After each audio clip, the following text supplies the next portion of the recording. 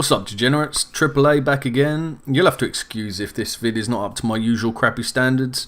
I'm learning to use Sony Vegas, as Camtasia sucks ass and crashes literally every 2 seconds. There is a joke here about old dogs and new tricks. But let's get back to things. Today we have something a little special. I will be answering questions from the YouTube SJW community, directed at anti-fems and anti-SJW YouTubers. My prediction is arse cancer for everyone. But let's dive in, shall we? Are you able to understand the irony of responding to the perceived political correctness of the left with exasperated reactionary hypersensitivity of your own? Firstly, it's irony. Secondly, entertainment value. We are, after all entertainers. Anyone on YouTube, whether they claim to be an activist or have some kind of deeper message in their videos, are still entertainers. Also, look up satire when you get a chance. How do you define right-wing? Anti-SJWs often have an aversion to being labelled as right-wing, yet they regularly defend the right and bash the left. Therefore, why is being labelled right-wing a bad thing to you? And if it's because right-wing is used as a pejorative, can you not see how labelling people as SJWs or regressives is also pejorative? I don't give two shits either way, if I'm perfectly honest, Tim. But I can see why people would have an aversion to being labelled right-wing, as it's often synonymous with fascist, racist or neo-Nazi. To be called right-wing by a leftist is a polite way of calling someone a racist, fascist cunt, which is, in my opinion, insidious and downright disingenuous. Being called left-wing, regressive or an SJW does not come with the same connotations and perceptions as being labelled right-wing does. And more often than not, being labelled right-wing is a way to invalidate arguments without debate, much like racist, rape apologist, fascist, Islamophobe and a whole plethora of other dismissive buzzwords created by leftists. Rather than telling people you disagree with to drink bleach, wouldn't it be more productive for you to have an actual conversation about the issues you feel matter? Or is it just easier to do the bleach thing? I can't speak for all of YouTube, but the only person who I know of who talks about drinking bleach is Chris Raygun. And it's a fucking joke about him drinking it because humanity is lost to oversensitive crybaby fuckheads. This question only further proves this to be true. You claim to be proponents of rational, logical, evidence-based argumentation. That's great. That's entirely laudable. But when I look at your online activity, when I look at, for example, your Twitter feed, that's often not what I see. How do you reconcile this claim to be evidence-based and rational and logical against stuff like, oh, I was just trolling you, oh, I was just shitposting, or TLDR? 2 words, it's Twitter. Why is it you think someone's Twitter feed A, has anything to do with their mental acuity, and B, would impair their ability of rational or free thought? Some people use Twitter to troll and shitpost, to have a laugh. You're rarely going to have a deep theological discussion in 140 characters or less. Are you aware that the... Fuck off, cockroach. In videos and in the comment sections, anti-feminists often take up the most extreme or the weakest feminist position they can find, or they just straight up misrepresent what the feminist position is. Instead, why not take up the strongest, most robust feminist argument you can find and really challenge yourself? Now, this would be a good point if there were any set parameters or tenets to being a feminist in this day and age. Without clear guidelines as to what a feminist is, or what a feminist issue is, we have to just take what we see and hear directly from feminists themselves. The feminist position, as you put it, Fisty, changes from one feminist to the next. So how is it that we misrepresent the feminist position when there is no clearly defined feminist position in the first place? It almost feels like this question is more of a challenge than an actual question. I think in her own stuck-up condescending way, she just said, "Come at me, bro." I am deeply concerned with male addiction rates, suicide rates, and abuse rates, because I have worked with these issues in the quote-unquote real world. Would you be willing as anti-feminists to put aside your differences with feminists for the greater good of addressing these issues, especially as the kind of solutions needed are not necessarily gendered?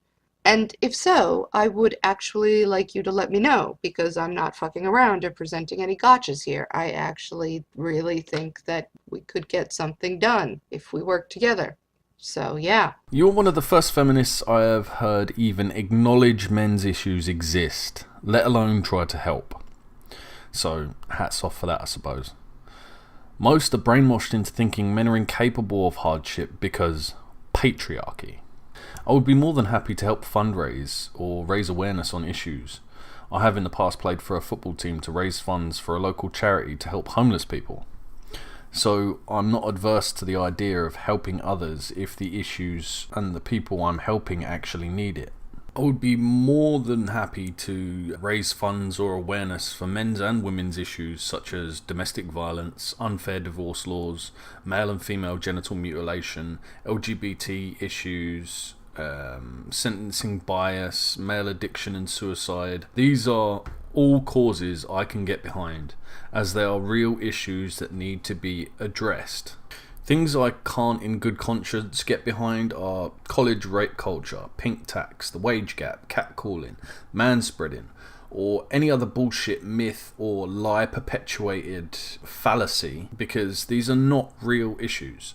For instance, sexual assault is a real issue, but lying about it and making up statistics from some obscure and irrelevant paper that was written 20 years ago is not doing the issue or anyone involved with the issue any justice, because in order to combat any problem you must first be honest and open about it. What is third wave feminism? Because I've often heard you folks insist that you have no objection to feminism in general. It's specifically third wave feminism that you have a quarrel with. So what is third wave feminism specifically? And what specifically about third wave feminism do you have such a problem with?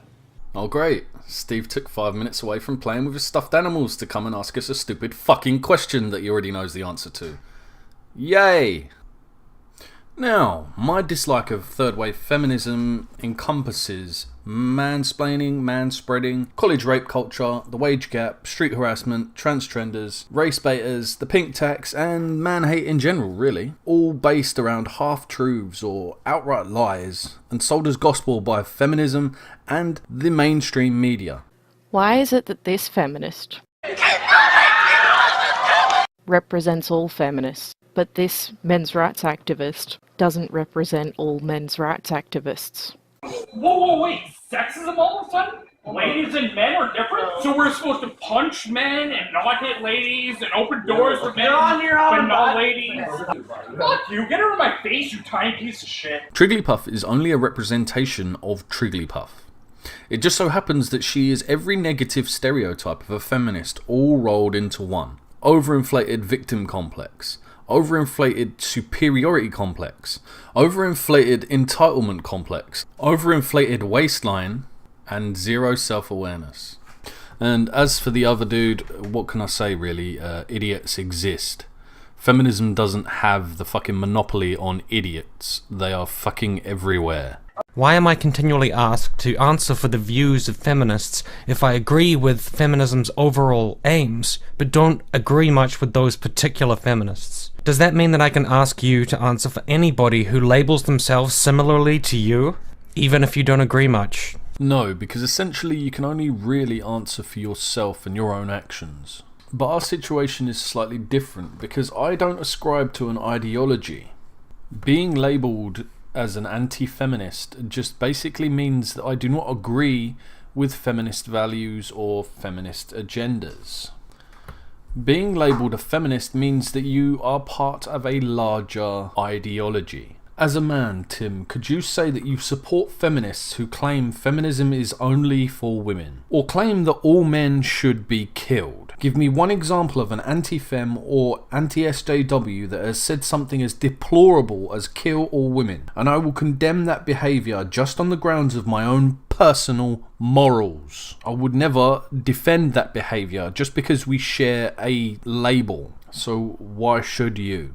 If SJWs are bad because they spend too much time whining and don't talk about real problems, then why aren't you talking about those problems instead of just whining about the other people over and over and over for literally years? I mean, in the scale of priorities, that's like even lower, right? You know, you've got the real problems, you've got the things that feminists worry about, and then you've got you going, how dare they? Just, how dare they have different priorities from me? Why can't they do what I do? Whine about whining forever for a living.